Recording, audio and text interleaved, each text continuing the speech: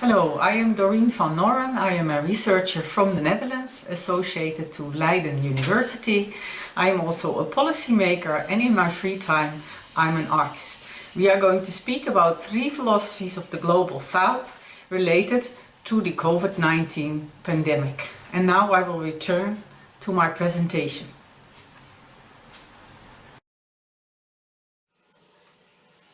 We are going to speak about COVID-19 and possible new ways of a new economy from the perspective of 3 philosophies of the Global South, namely Buddhist happiness or Asian empathic G&H economy, ubuntu, the African concept of sharing, and buen vivir from Latin America, which is a Latin embrace of good living.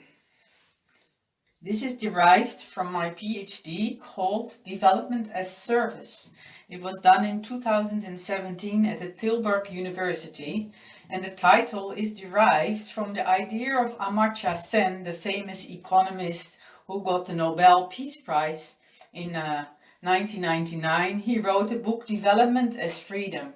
And in that book he said we need to look not at GDP growth or economic growth as a measure of progress, but we need to look at rights and freedoms and how humans can actualize their rights and freedoms and have a meaningful life. Now, I fully agree with that, except for the fact from the perspectives of the 3 philosophies of the Global South that I studied, this idea of Amartya Sen, though he comes from India, is still a very individualist idea of looking at rights and freedoms. And from the 3 philosophies of African Ubuntu, Asian Buddhist happiness, and buen vivir in Latin America, the idea of reciprocity or service is very important.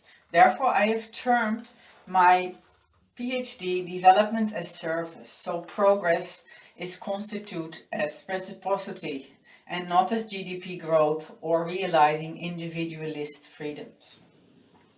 We will have a number of speakers for you, of which one is about African Ubuntu, and that is Professor Mogobe Ramose from South Africa. We have 2 speakers for you from the idea of Latin American or Native American buen vivir, which is Dr. Henkjan Laats and Professor Alberto Acosta from Ecuador, Henkjan Laats being from the Netherlands. And thirdly, we have a speaker from Bhutan on Buddhist happiness or gross national happiness, which is Dr. Karma Ura, the director of the Center for Bhutan Studies. Now we go back to the COVID-19 pandemic, the causes and consequences of it. One of the causes of the COVID-19 pandemic is that it is a zoonotic virus. That means that it is a virus that transfers from animals to humans. And the occurrence of such viruses happens more often in environmentally degraded area where the nature is depleted, in bioindustry, for example, or in depleted natural areas. Furthermore, the COVID-19 pandemic that has been lasting so long may have possible consequences for how we organize society and how we organize the economy. We do not know that yet, so I am just going to offer you a few suggestions. So the questions that we may be raising regarding the economy may be about the idea of globalization and international value change. So are we going to continue producing globally, or will we also produce more locally because all of the global value chains have been disrupted? Think, for example, of the medical masks that were all produced in China, and there are cries from other countries that we need to produce them locally so that we have more national security. Secondly, and relatedly, is of course the idea of free trade, which we have been promoting from the West, versus ideas of protectionism also out of social or environmental reasons, which we have seen more recently emerging from the United States. Secondly, there may be consequences for the way we are organizing taxation. So who are we going to tax and who is going to benefit from those taxes? I will come back to these questions at the end of my presentations and give you a few suggestions.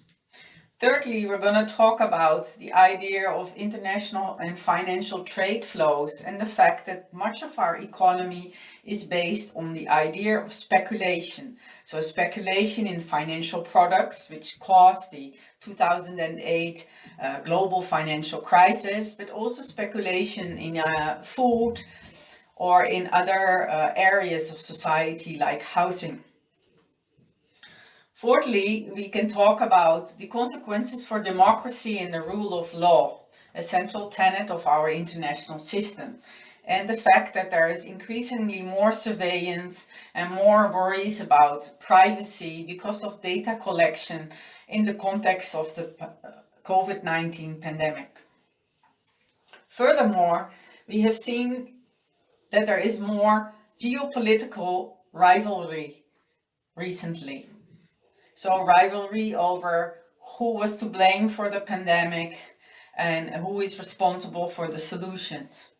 So might there be a shift from geopolitical rivalry towards more solidarity between states, regions, and inside multilateral institutions such as the IMF or the United Nations or the World Health Organization?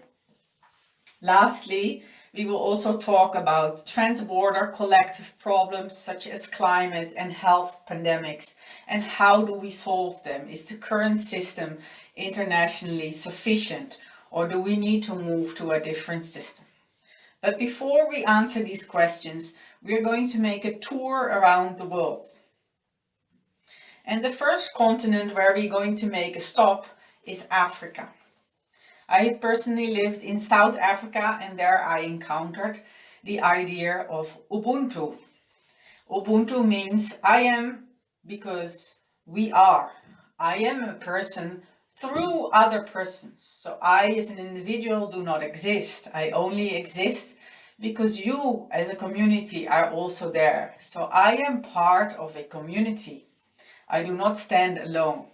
So it is a collectivist worldview which very much centers around sharing amongst humans. But humans in the African thought is defined differently than humans in the Western thought.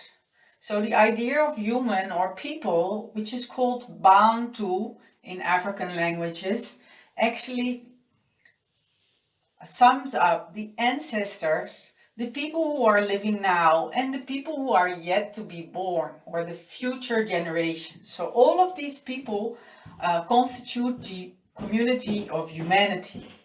So Ubuntu requires an intergenerational solidarity between the ancestors, the people who are living now, and the unborn.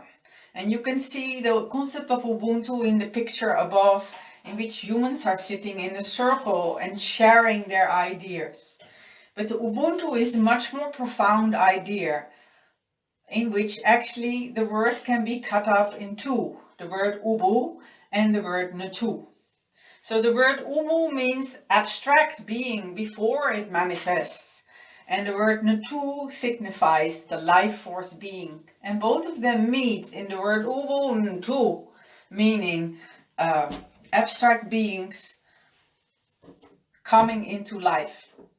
You can see Ubu being signified by the black circle of abstract being and the life force being the yellow stripes, bringing it to life. So the word Bantu consists of two syllables, namely the word Ba, or abstract people that have not manifested yet, being brought into life by the life force Natu.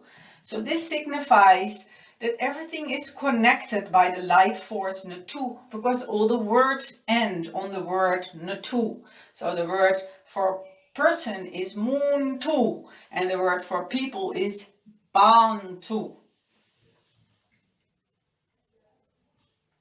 From Africa, and we're coming back to this concept, We go now to Latin America to the concept of buen vivir, or good living in Spanish, which is called summa causai in the language of the Quechua people, or the indigenous people of Ecuador, Bolivia and Peru. This idea of the right way of living or good living centers very much about Mother Earth, which you can see on the picture here. So Mother Earth is the life giver, and Earth and nature and humans are all connected, and therefore we call this a biocentric life view, centered around Mother Earth. It is all about creating harmony with nature, living in harmony with nature, and because you live in harmony with nature, you can also live in harmony with others and in harmony with yourself. It's very much about balancing the spiritual and material wealth and looking at life in a cyclical way, so not a linear time concept, but everything comes and goes in cycles like the seasons. On the second picture, you can see many beautiful animals, plants, nature, rock, and there is also a small human being, if you look very carefully, behind the tree. This signifies to me that the human is equal to animals, plants, nature, rocks and mountains, and it is not above nature. It is a subject and equal to all other living beings. And from this concept, the Ecuadorians and Bolivians derive the idea of rights of nature.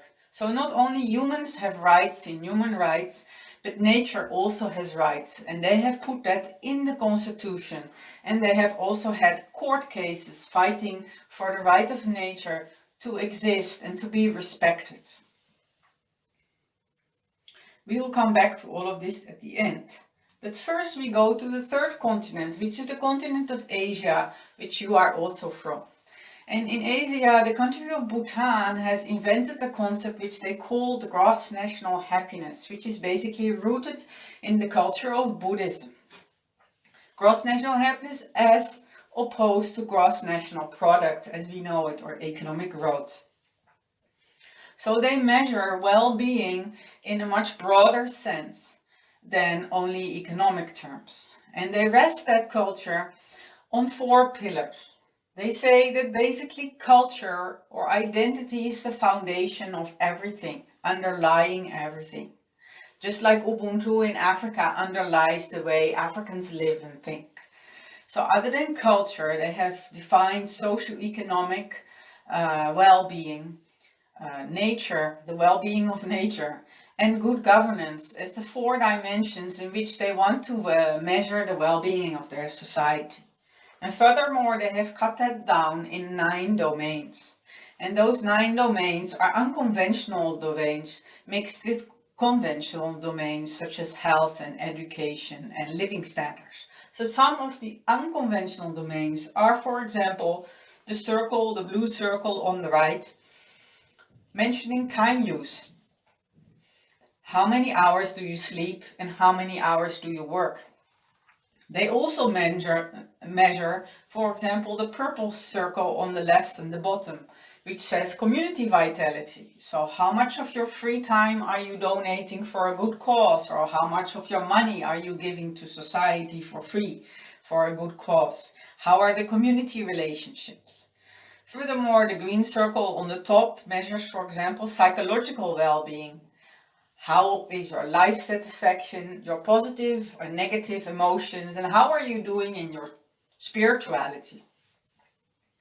Now we see in the GNH index in Bhutan that as the country is westernizing, those unconventional domains of community vitality, the way we use our time, the amount of rest that we take, and also the psychological well-being is going down. So the GDP growth is going up in Bhutan, but the other dimensions are going down. So the question is this really progress?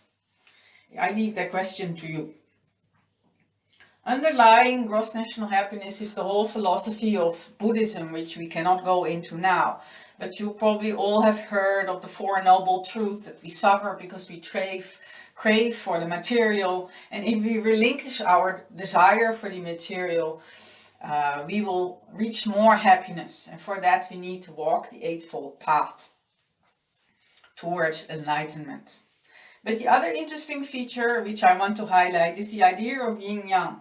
Because the idea of yin-yang, I discovered, has a relationship with the idea of ubuntu in Africa.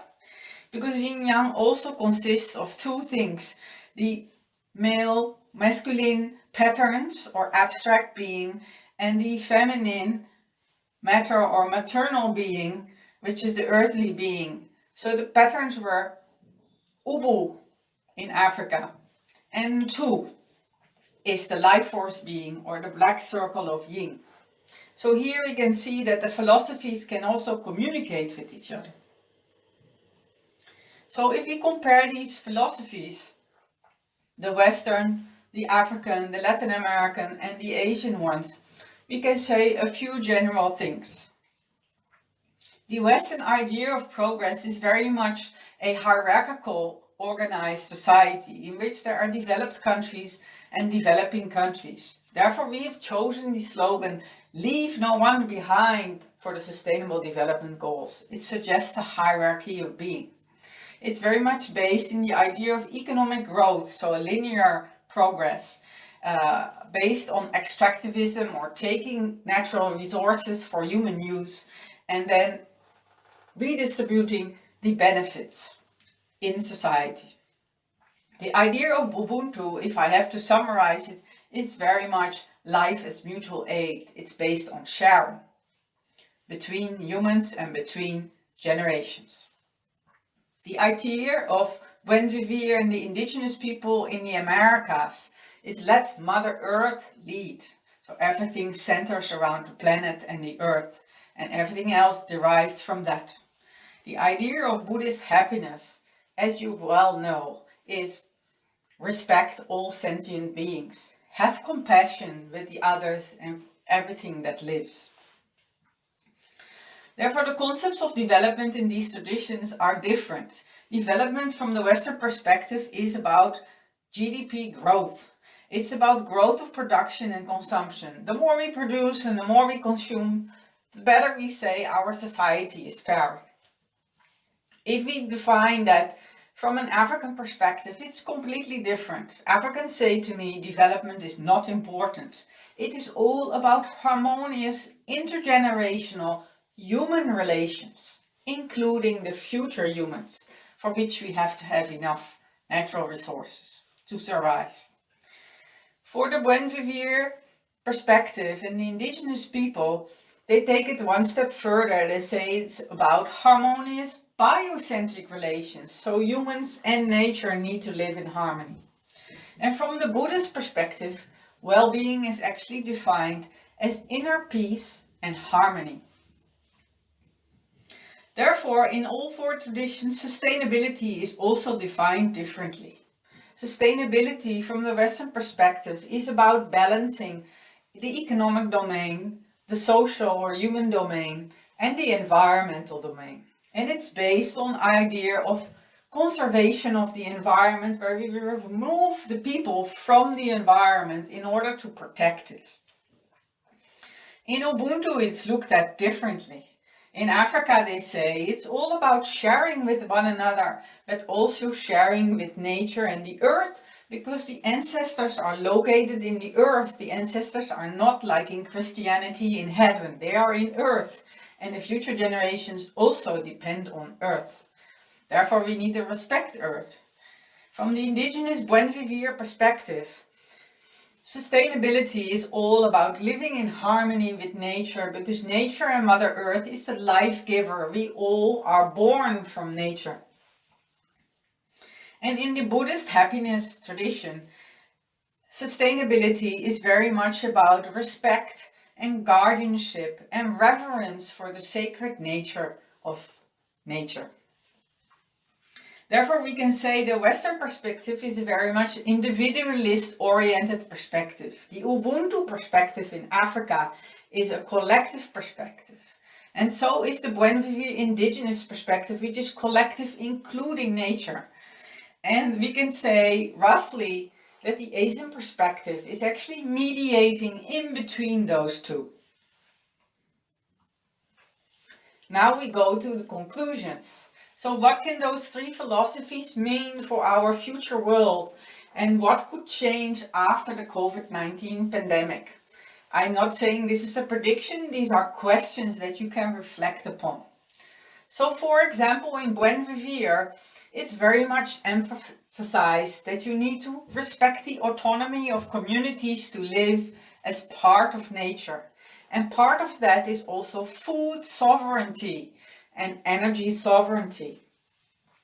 So the question is, now that globalization has been so fundamentally disrupted through the COVID-19 pandemic, and now that we see that we are reorganizing society in more digital working from home and less traveling, and also what we call reshoring of activities, just cutting up the global value chain and bringing activities back home. So not outsourcing them to cheap labor countries, but trying to put them back into our own economies. So might this link up with the idea of producing locally and local autonomy of these philosophies, especially in Ubuntu and buen vivir, and a more responsible trade chain, where we do not externalize environmental and social costs?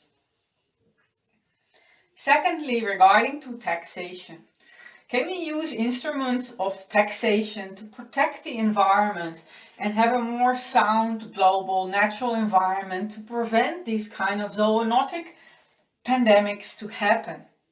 And secondly, can we also look at ways to tax multinational global corporations that often avoid taxes through global tax havens?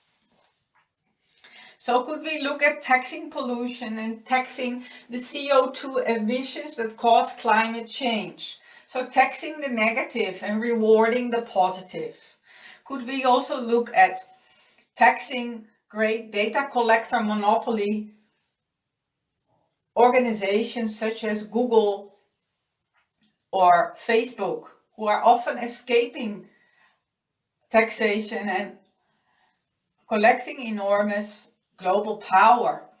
And could we instead reward the labor of people, the energy and the creativity? So reward the positive and tax the negative, so that we balance the two, the social and environmental costs versus the economic growth. Thirdly, can we look at international finance and trade flows and prevent this disruptive idea of speculation, especially in the financial realm, that causes so much havoc on the economic system? And there have been ideas already many years ago of taxing global financial trade flows in order to prevent this speculation. Fourthly, can we look at democracy and the rule of law and still continue to protect our privacy, even though we need to also collect data on global health pandemics? And can we find a way of cohesion and solidarity in society? So can we look at responsible ways and guidelines for surveillance and data collection on pandemics and people's private information? Can we find ways of balancing individual rights and freedoms with duties of individuals towards the community, and solidarity rights as they are known in, for example, the tradition of buen vivir? Can we, for example, also look at solidarity of redistributing a vaccine once it's invented for the COVID-19 pandemic, so that everybody has free access? And lastly, to prevent these kind of pandemics to happen, can we look at ways to protect nature by including rights of nature in constitutions across the world? Lastly, is there a way of balancing this geopolitical rivalry that is happening at the moment between regional powers such as China and the United States, Russia and other big global powers versus a more solidarity in solving trans-border collective problems. Solving those problems between states, between regions, and in the multilateral institutions themselves, such as in the International Monetary Fund, United Nations, and the World Health Organization, to resolve global issues such as climate and health. Is it perhaps time to balance the idea of competition, which is so much treasured in the West, to perform better? Balance that with the principle of cooperation, which is so much emphasized in collectivist societies such as in Africa and in Latin American indigenous community. Balance those two as organizing principles and find more of a peaceful solidarity society. I leave you with these thoughts and now turn to the other speakers. Our title is COVID-19, a lesson in promoting life through sharing. This is a question mark, and the answer proposed will be from the perspective of the philosophy of Ubuntu. COVID-19 erupted like a bolt from the blue. It caused a lot of deaths. It continues to cause a lot of deaths globally. And so it means there is a need for a cure if we really have to deal with it effectively. I will highlight 2 points. One is that the search for a cure means also that those who will find the cure will also claim copyright to it. And the very mention of copyright means that there is, in this situation, the consciousness to make money, to acquire wealth. So the question is, first, there is the money question. Who is going to make money out of this? The second point is that, well, this COVID-19 also means that it comes at a time when humankind, when we human beings have the capacity to, and here I prefer to quote Kennedy in his speech 59 years ago. Kennedy, 59 years ago, stated quite explicitly that humankind has got the capacity to abolish, and here I call abolish all forms of poverty. He didn't say some forms of poverty, he said all forms of poverty, 59 years ago. It means that at the time when COVID-19 erupts and there are measures taken to deal with it, one of the things that must not be ensured at all is food and livelihood. Why? Because 59 years ago, it was possible to have this. Well, the fact of the matter is that the opposite is true. Many people die of hunger, yet the possibility to eliminate, to abolish all forms of hunger is still there. So why is it possible? How come?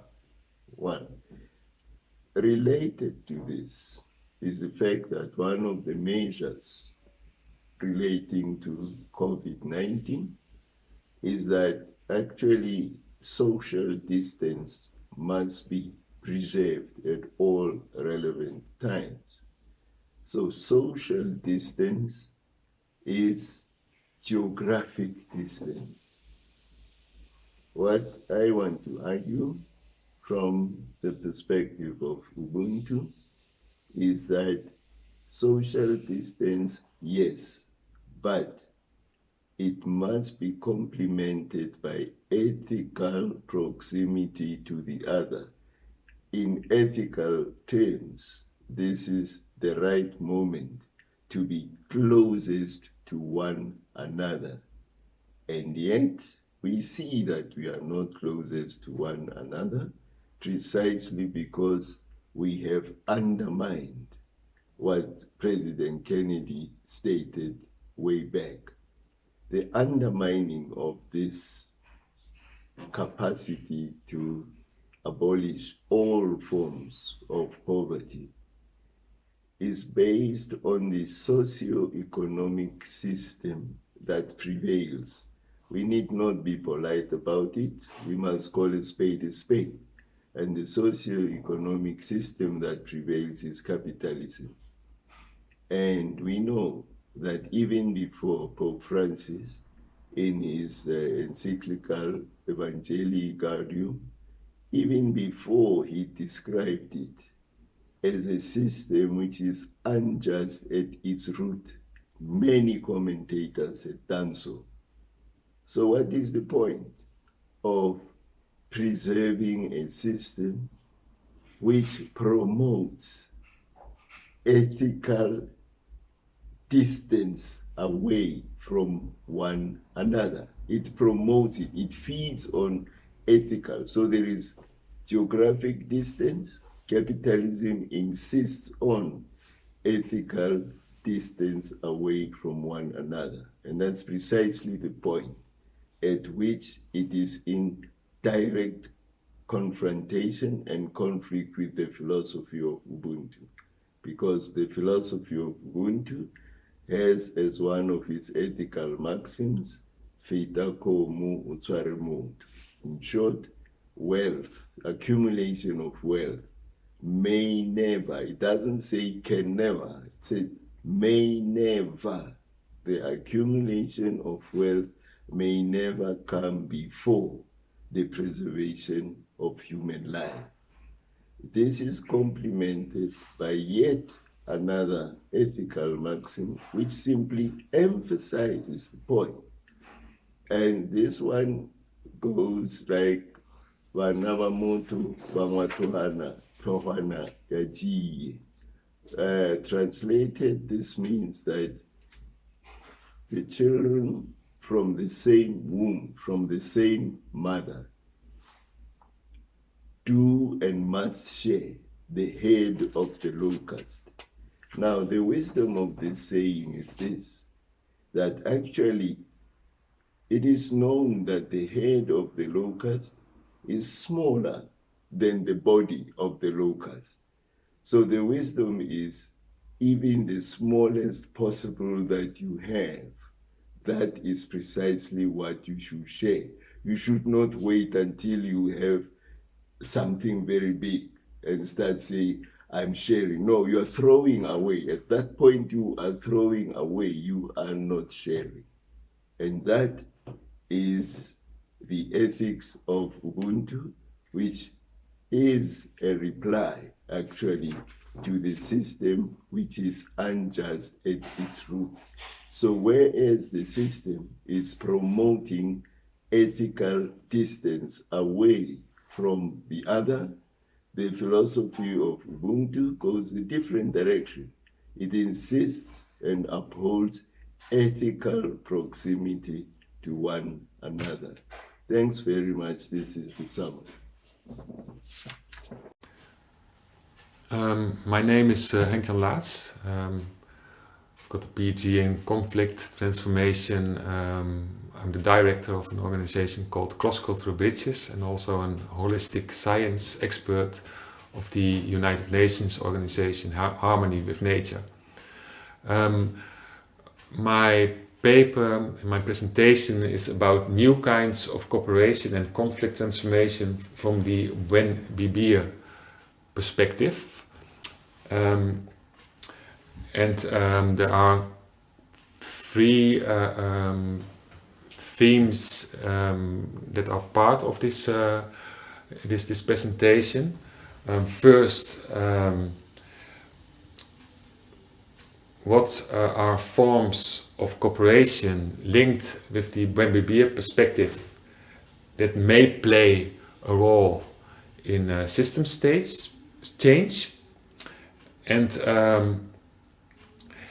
the other question is how can we face the current crisis of the world, and specifically the crisis caused by and within the Occidental culture?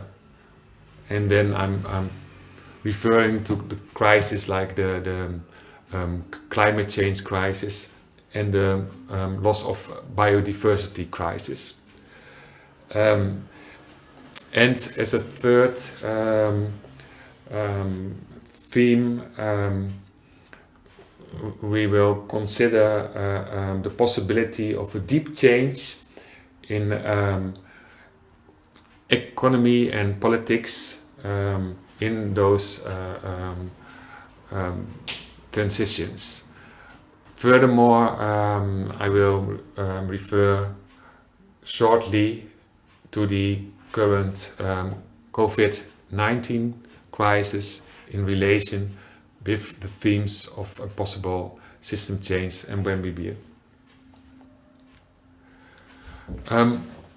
Buen vivir is one of the non-Occidental practices and philosophies which might serve as a learning exercise for Occidental culture. Other possible practices are the ubuntu philosophy from Africa, the Bhutanese happiness philosophy, but having lived almost 20 years in South America, my expertise is more on the Andean and Amazon buen vivir philosophy. Buen vivir might be translated by living well, but in a way it's almost impossible to translate it. Also, the Spanish concept of buen vivir in Ecuador, or vivir bien in Bolivia, doesn't really explain well the idea, which is called, for example, sumar causai in Quechua, and many indigenous languages have their own word for buen vivir. So it is also not one philosophy or one practices. There are many different practices in both the Andean and Amazon region, and it's also translated as a political proposal which has been included in the constitution of Bolivia and Ecuador.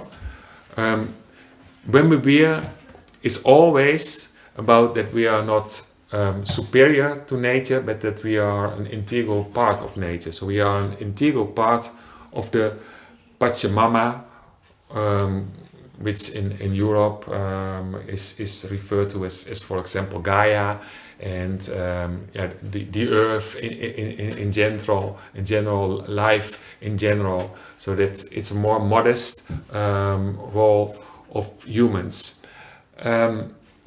And in that sense, it's also not looking for competition, but instead of complementarity and synergy, cooperation. It's also not one truth, but it's more considering that there are many truths, and that a big challenge of everybody is to know many truths, and then by learning from those truths, having an own truth of which you know that it isn't the truth. In that sense, we also can refer to Tierno Bokar, a Malinese philosopher, who said, yeah, there's my truth, there's your truth, and there's the truth. And the truth is something which is not understandable for humans because it's too complex. And as I said, it's diverse. In the Andean region, so buen vivir or vivir bien is different than in the Amazon region, and every people have their own interpretation. And it's although it's an Andean and Amazon philosophy practice, it also can be implemented or adapted, applied in every part of the world. And in that sense, when we has a strong connection with, for example, the French philosopher Bruno Latour, who talks about the politics of the earth. Also in the alternative ideas for economy, when we can play an interesting teaching role. And in that sense, I'm also referring, for example, to the butterfly economy from Cox, which is a Dutch economist who said, yeah, we have been living like a caterpillar, consuming. Now our economy should be like a butterfly, so that we are more focusing on the beauty of life and not only on consumption. But my thesis is especially on whether system change is possible, and in that sense I refer to the Maya logics of time, which is much more cyclical, and compared to the linear conception of time in the Occidental way of thinking. Of course, Occidental way of thinking is not only linear, but ideas as economic growth or development, a scientific process. It's basically a linear process which at the end all growth without limit is like a collective suicide. So in that sense, I think it's interesting to look into the Maya concept of time, the cyclical concept. And for example, they use the Baktun time cycle, which lasts 400 years, and they were also always afraid when a Baktun ended and when a new Baktun was at the point to start. So maybe we are also now in a kind of period in between Baktuns, in which we are afraid to lose what we have, and we do not know what will be our future. And in this sense, I think there are free. It's of course not possible to predict the future, but so based on the current knowledge situation, I think that we can consider three possible future systems. They also might be overlapping. Of course, there are many other possibilities, but the ones which already are facing to us future are the continuation of the current system, the system of liberal capitalism, but then with the idea that the technology created by this system also will be able to solve future problems, for example, climate change. The other one is strengthening feudal or oligarchic systems, so which also is fomented by populist, mostly male, strong leaders, which opt for an that the rich people can enjoy their luxurious life at the cost of the majority of people.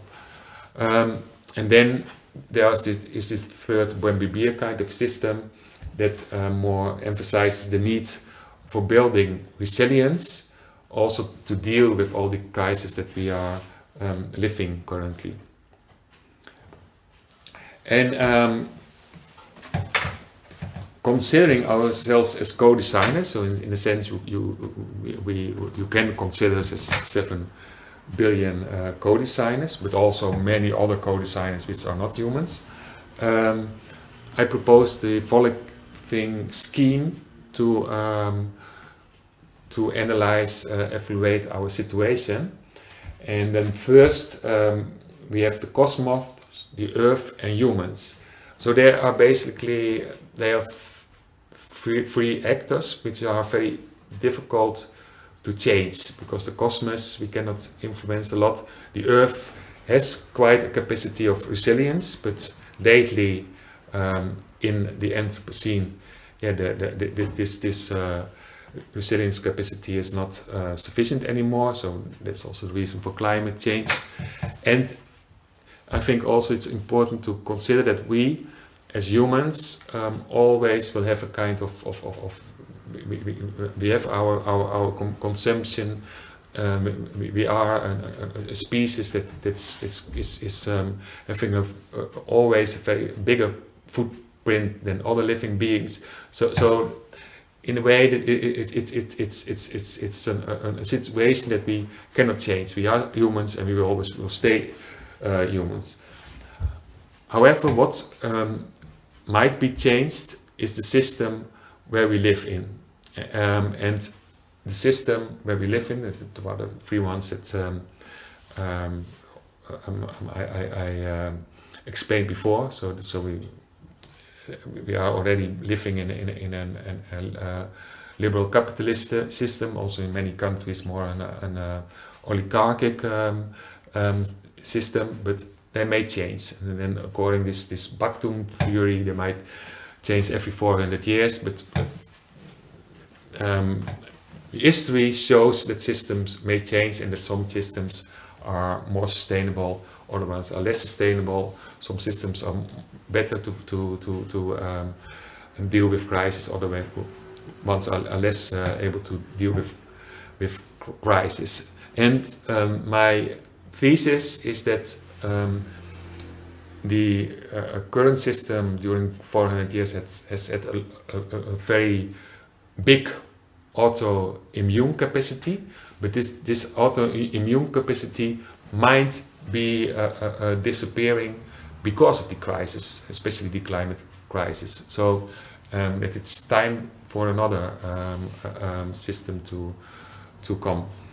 And then I think the more in a concrete way where those changes will occur is in spirituality, so our religions, arts, science, etc., and all other type of science. Also in the domain of politics, of rules, of laws, and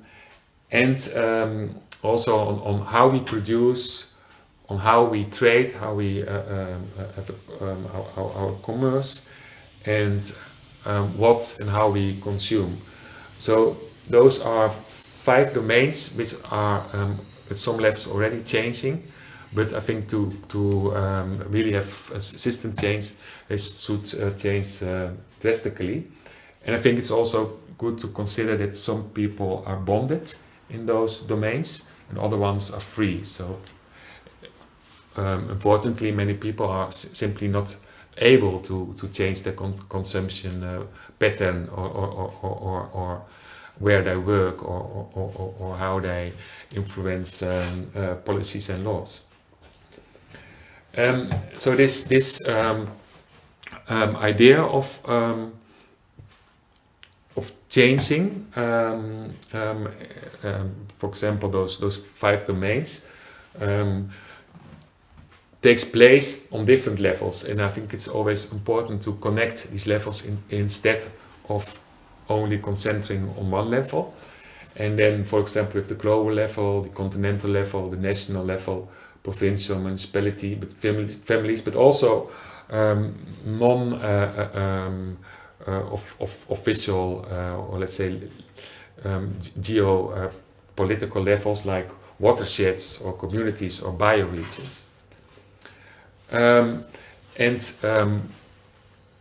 What has been happening already at the global level is that in Ecuador, the right of nature is part of the constitution, and that Bolivia, for example, has been rather active in designing alternatives for the financial trade of CO2 bonus, the RIDD, and also, for example, for the right for water in the United Nations. So already some things at this global level have been happened, and for example, the organization which I'm part of, the Harmony of Nature organization of the United Nations, also plays a role within the bigger structure of the United Nations of more adapting a kind of buen vivir philosophy and logic.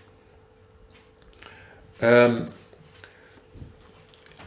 think the Sustainable Development Goals is at this moment the biggest opportunity to get the system changed. But on the other hand, there are also some parts of the Sustainable Development Goals which are very much embedded in the old way of thinking. And I think we also should think more about logics of the way in Sumakausa, in the Nyam, of how we want to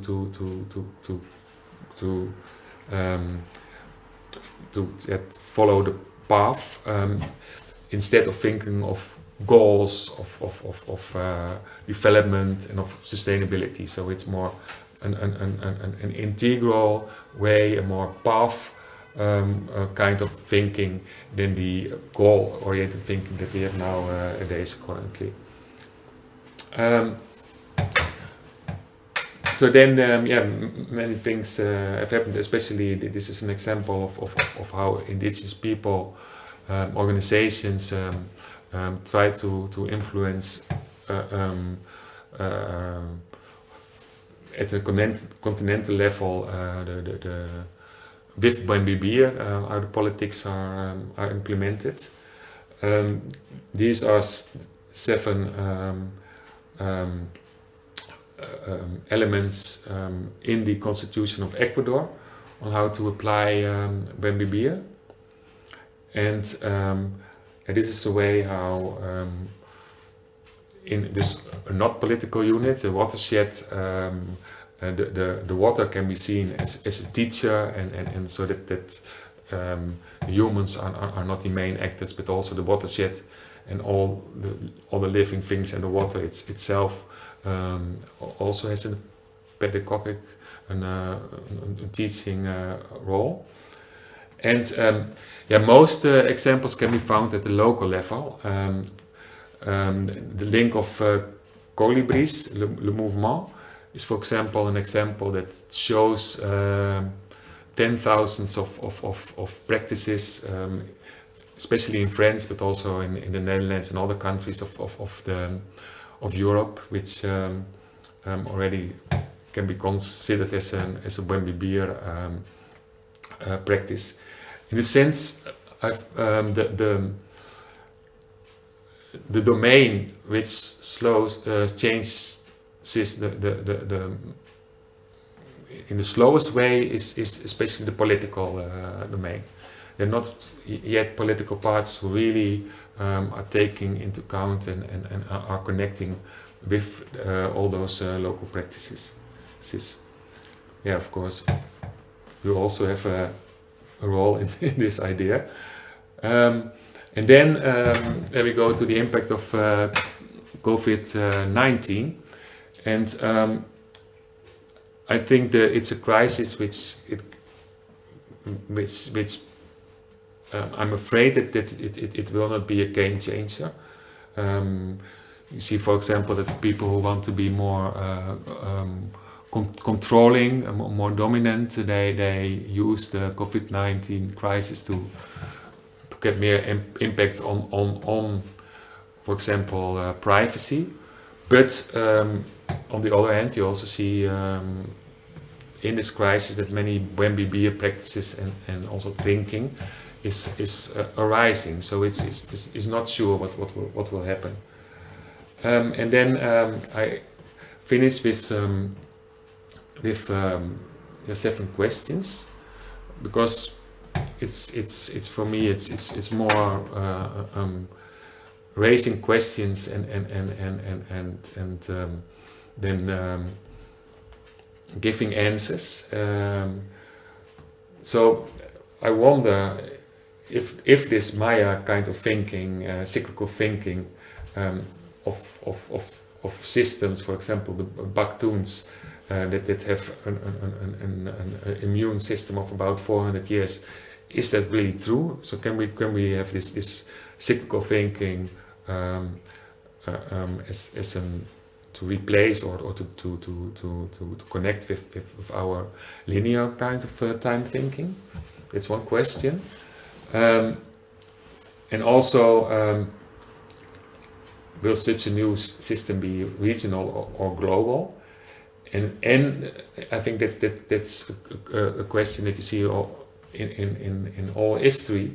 Is it possible that a harmony-oriented system like buen vivir will not be overruled by a more aggressive system, for example, a dictatorship?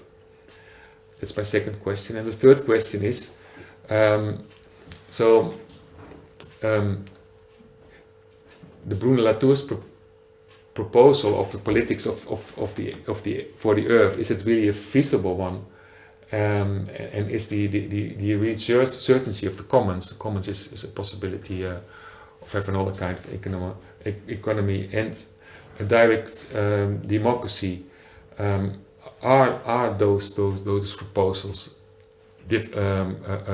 really feasible ones, or will the current system and also the political system, for example, the party democracy, last for many more years, and it's basically only choosing between or party democracy or dictatorship?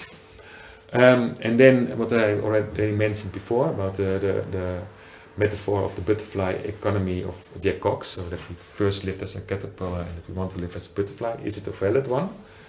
And then the other question is, are we really 7 billion of code designers? And then my last one is, are the endless examples of buen vivir all over the world only a marginal phenomenon, or has it the potential to become mainstream and the leading principle for future systems? Thank you. Un saludo desde los lejanos Andes. Para mí es un motivo de enorme satisfacción poder participar en esta ocasión. Es el momento, creo yo, para la reflexión. Es el momento para pensar en cómo vamos a organizar el mundo para adelante, tratando de evitar tantas pandemias, porque no solo estamos enfrentando la pandemia del coronavirus, sino otra cantidad enorme de pandemias propias de la civilización del capital. Una civilización que, como se ha demostrado una y otra vez, vive de sofocar la vida de seres humanos y de la naturaleza. En ese sentido, me parece a mí que es fundamental, y ese sería un primer punto para empezar a entrar en materia, que no podemos volver a la normalidad. La normalidad que tantos ansían es y fue una anormalidad. Sería abrir la puerta no a más de lo mismo, sino perversamente a más de lo peor.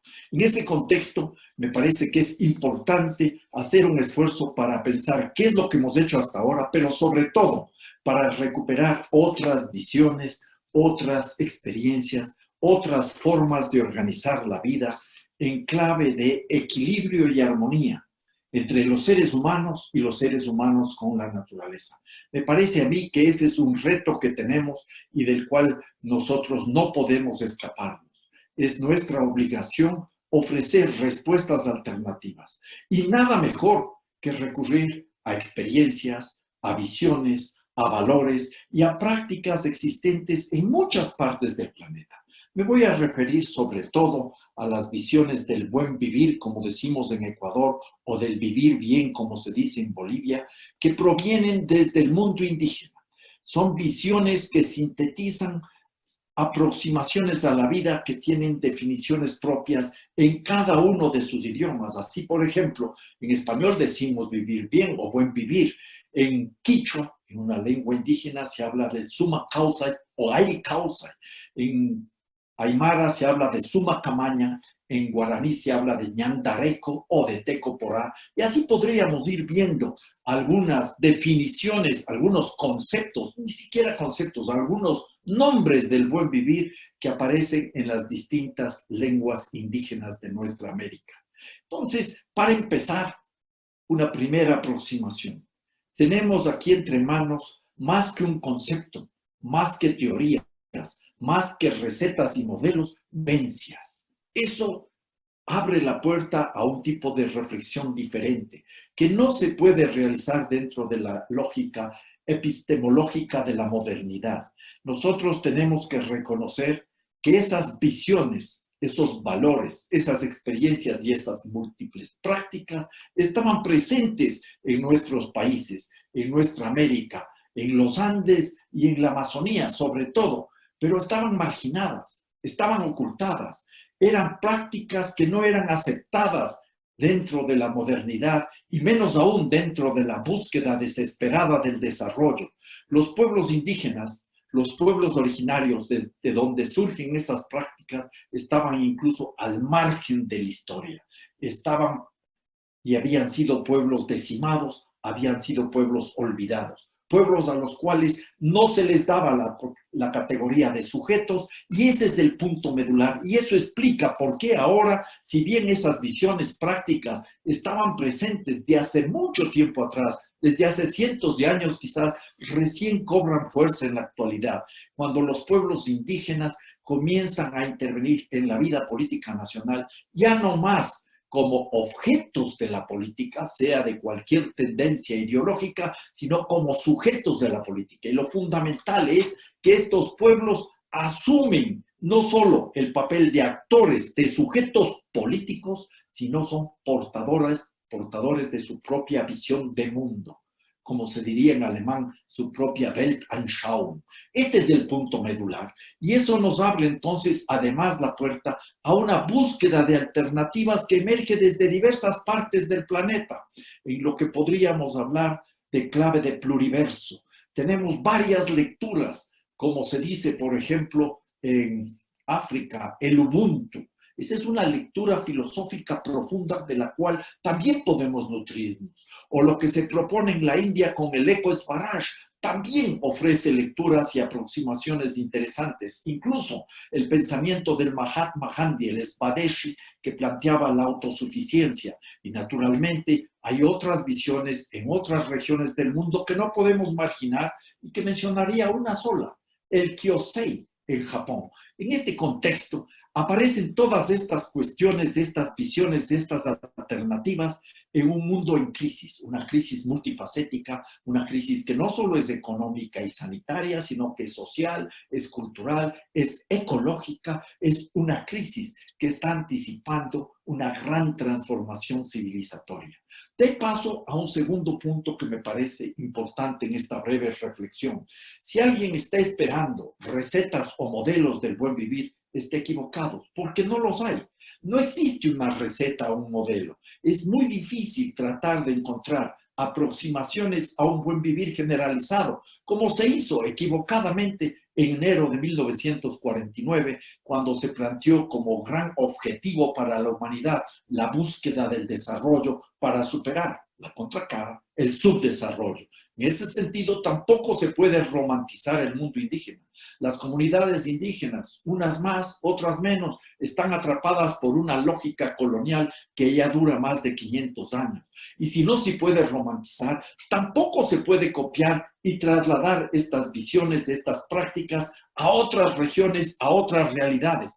Lo que es cierto que hay que tener mucho cuidado de cómo aproximarnos a esas opciones alternativas de vida y hay que hacerlo con mucha humildad y sin ninguna posición de prepotencia, rechazando aquellas formas a través de las cuales los gobiernos progresistas de América Latina, sobre todo en Bolivia y Ecuador, terminaron por vaciar de contenido a las ideas y prácticas del buen vivir. Eso fue una suerte de proceso de vampirización que hicieron los gobiernos y también el mundo de la academia en varias universidades. Y esto nos lleva entonces a una conclusión, porque el fracaso del buen vivir, entre comillas, dentro de la lógica de estos gobiernos, el caso de Ecuador y el de Bolivia, ya mencionado, nos indica que va a ser muy difícil, muy difícil tratar de desarrollar políticas desde arriba para poder en marcha el buen vivir.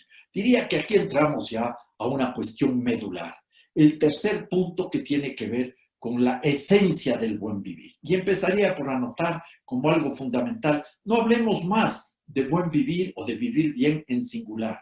Hablemos de buenos convivires, formas de vida que garanticen distintas aproximaciones desde cada uno de los territorios y de cada una de las comunidades. Eso abre la puerta a un enorme potencial y también a muchas dificultades. No soy una persona ingenua porque comprendo que eso puede relativizar tanto el buen vivir que nuevamente terminemos por vaciarle de contenido. Sin embargo, me parece que aquí podría yo intentar un ejercicio que nos ayude a la reflexión de definición del buen vivir. ¿Cómo entiendo yo el buen vivir? Esto es una aproximación que está sujeta a una serie de reflexiones y cuestionamientos, pero mi visión del buen vivir, mi definición con todos los límites que tiene una definición es del vivir bien en armonía del ser humano consigo mismo.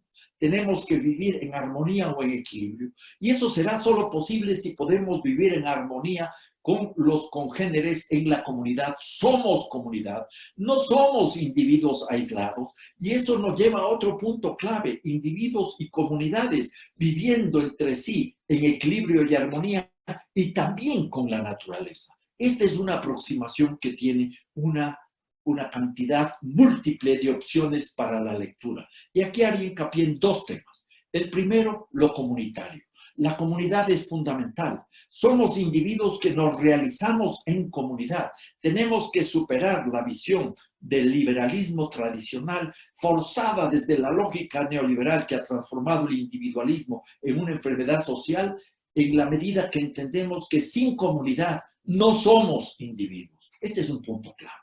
Somos individuos en la medida que nos realizamos comunitariamente y no en la medida que individualmente, en forma egoísta, como plantea el liberalismo, vamos a obtener un beneficio siempre y cuando actuemos de forma aislada. No, esa no es la aproximación del buen vivir. El buen vivir nos dice con claridad que es la vida digna para todos los miembros de la comunidad, si no, no hay buen vivir. No es dolce vita, como se dice en italiano, para pocos, sacrificando la vida de muchos o de la mayoría, y menos aún forzando los individualismos. No nos olvidemos que en Inglaterra, desde enero del año 2018, hay un ministerio de la soledad, que no tiene que ver con personas que viven en la pobreza, sino en la soledad. Es individualismo ultranza que afecta a 9 millones de personas en ese país, a un 13% de la población de un país que es considerado como desarrollado, pongamos comillas en lo de desarrollado,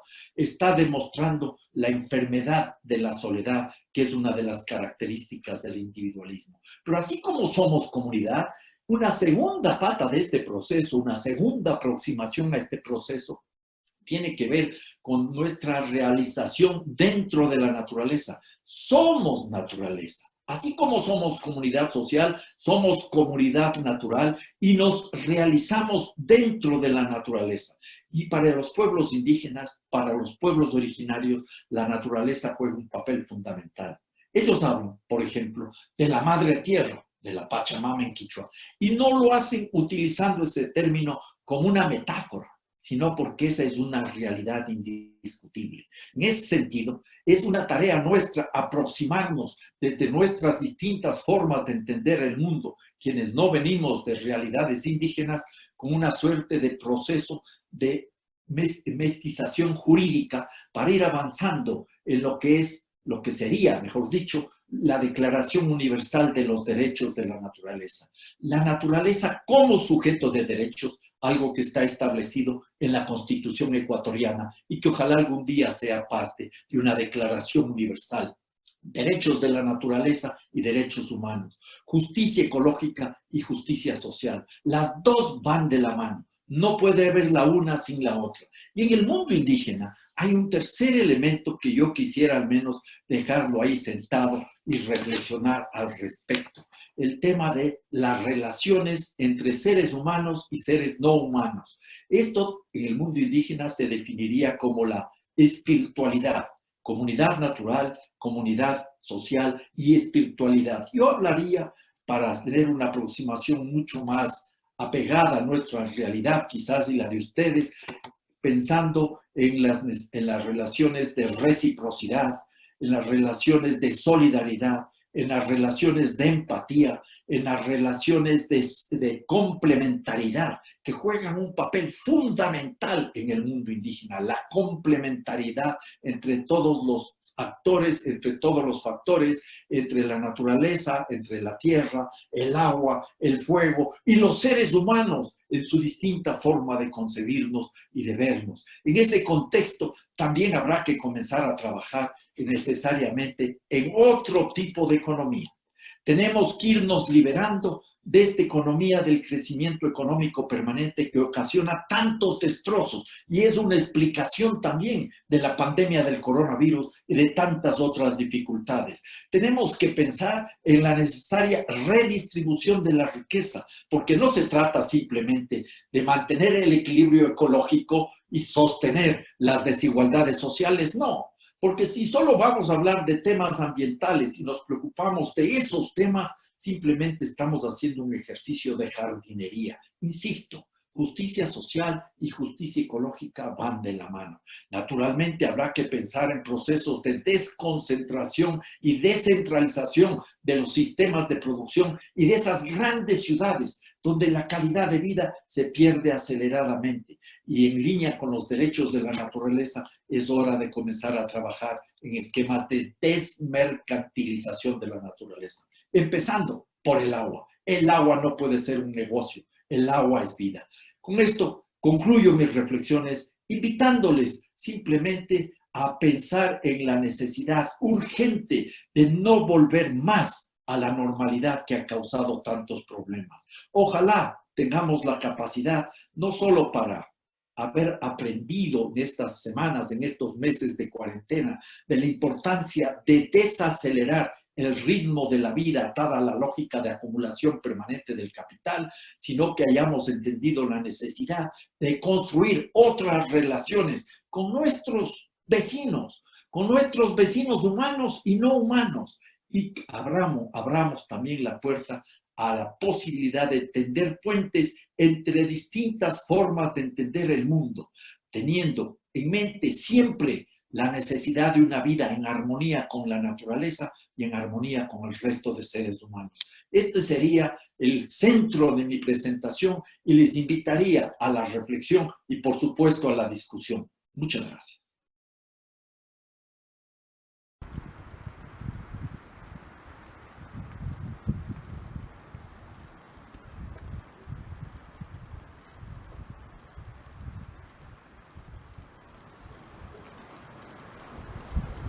Let me welcome all of you, both virtual and real audience, to my short talk.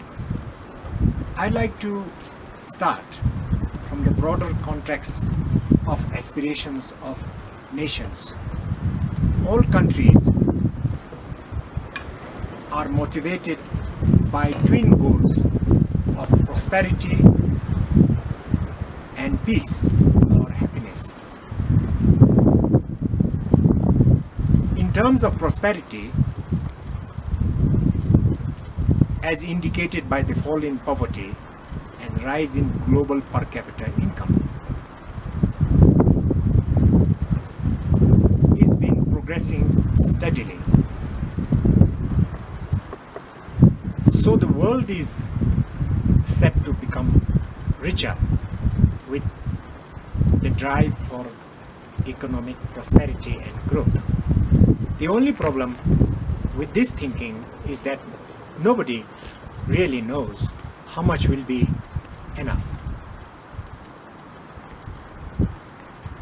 Not only so, the planetary boundaries have already been crossed. With regard to peace,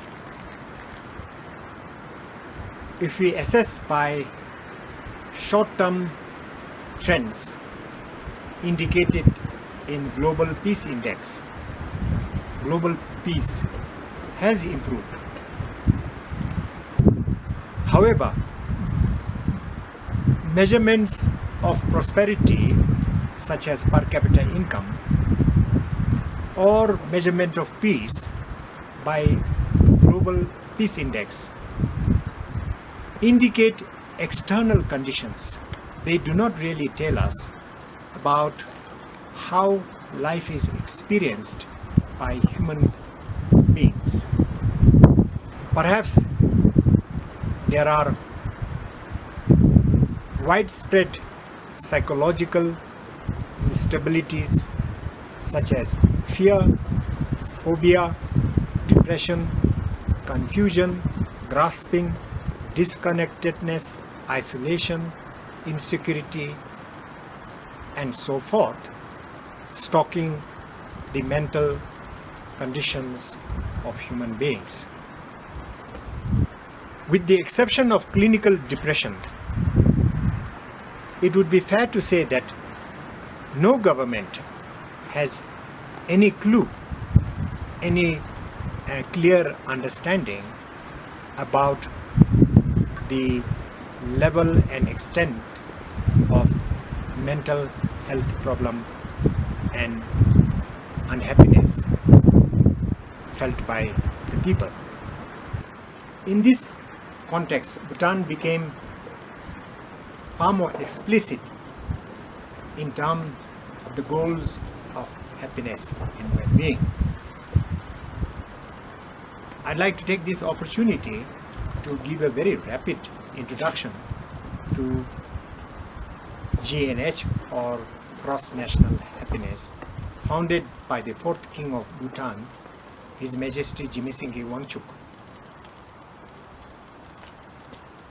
The GNH index or matrix measures both the subjective and objective conditions of happiness and well-being.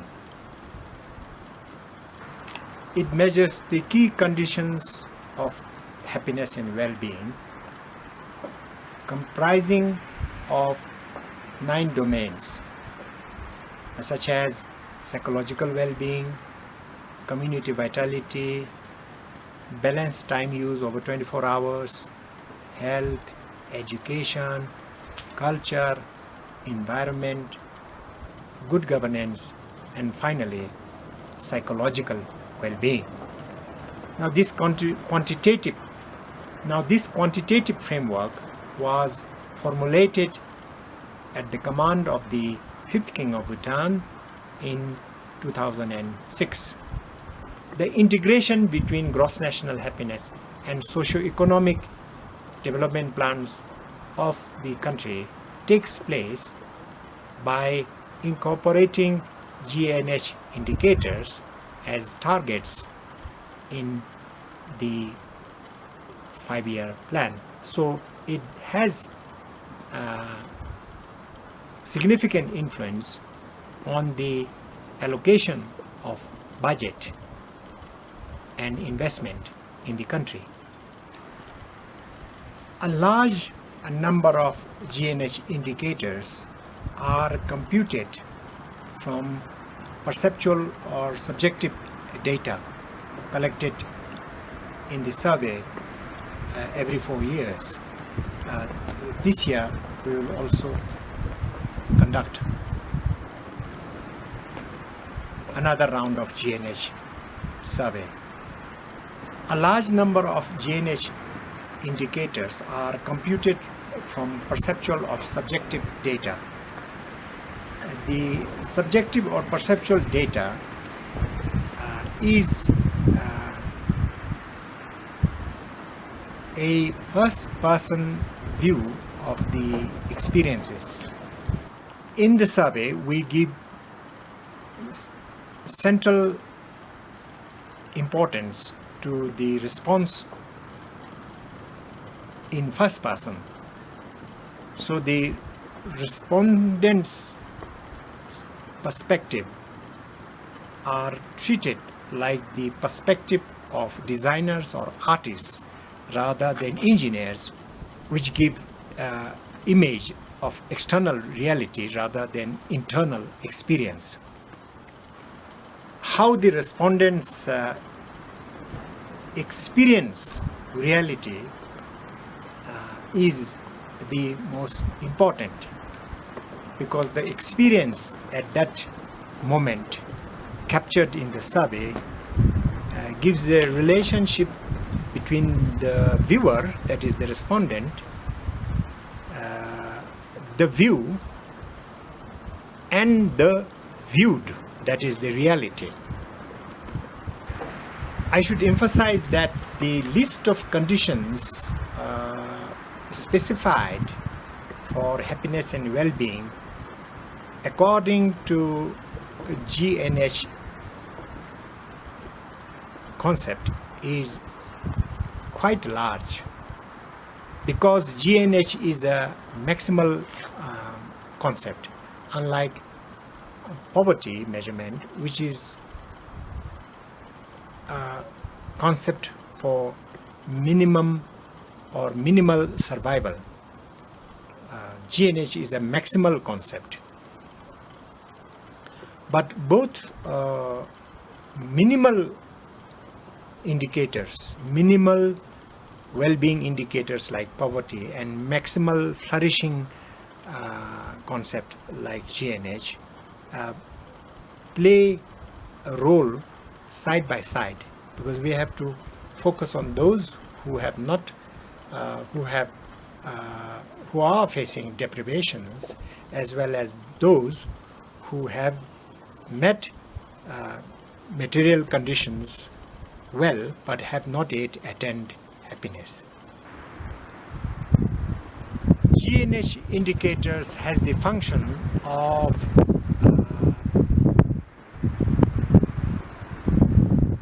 tracking happiness of the people over time. It tracks level of happiness of one section of the people with others, and also tracks the happiness level of one part of the country with others. So it can be decomposed for comparison at any demographic level, education, hair, age, gender, or any other parameters. So that focusing on a particular group is possible.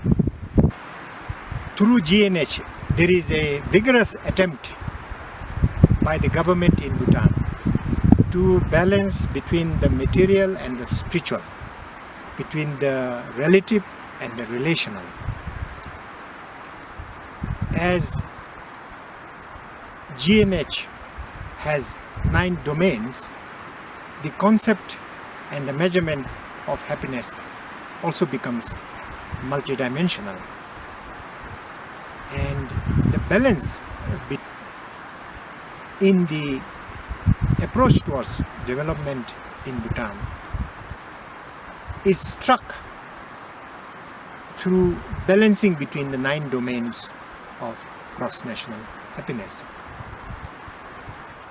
Given that all things arise interdependently, the causes of happiness cannot be reduced,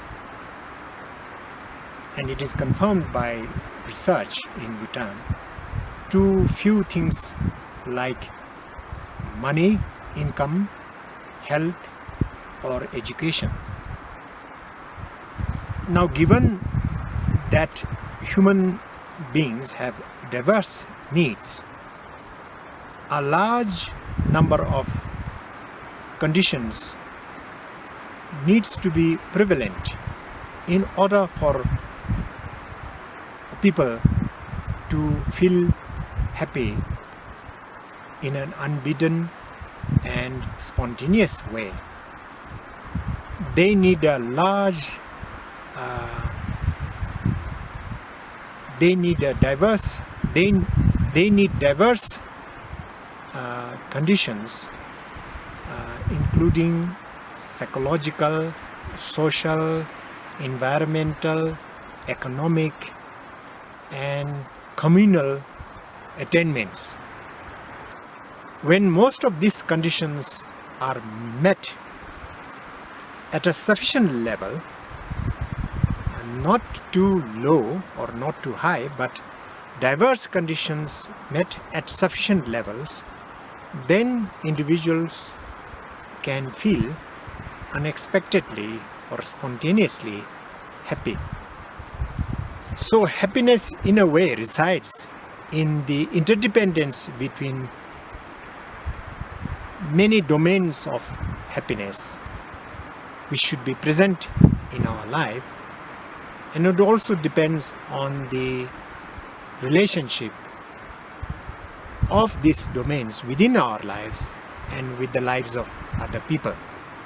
For research on GNH, the key thing we are trying to answer is who are unhappy people, where are they, and why are they unhappy?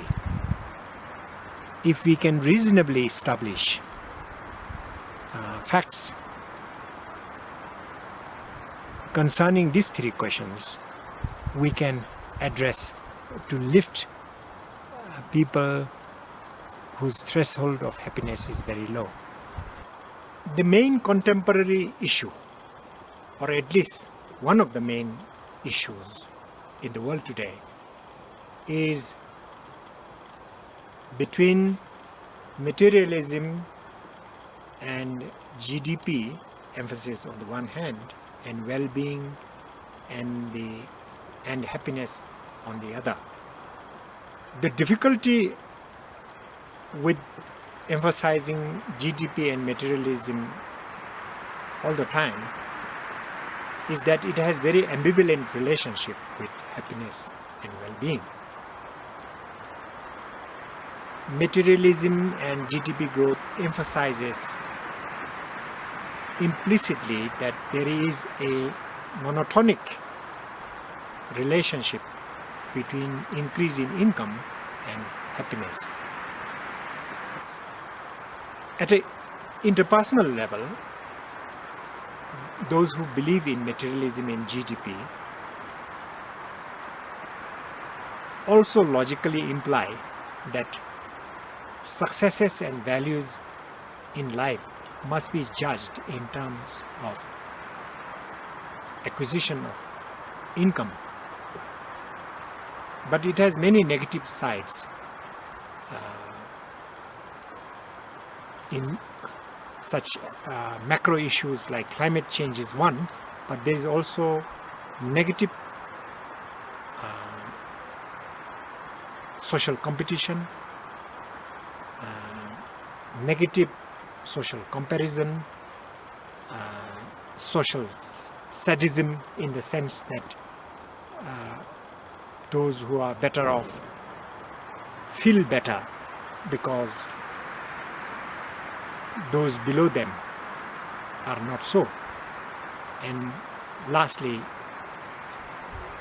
it implies also social inequality. From huge and repeated data sets generated by Gross National Happiness Survey, we know that income and assets play important factors in well-being and happiness, but they are not the most significant explanatory variables. if we, for the moment, provisionally believe that the level of happiness is tracked by Cantril ladder or subjective well-being, life satisfaction score,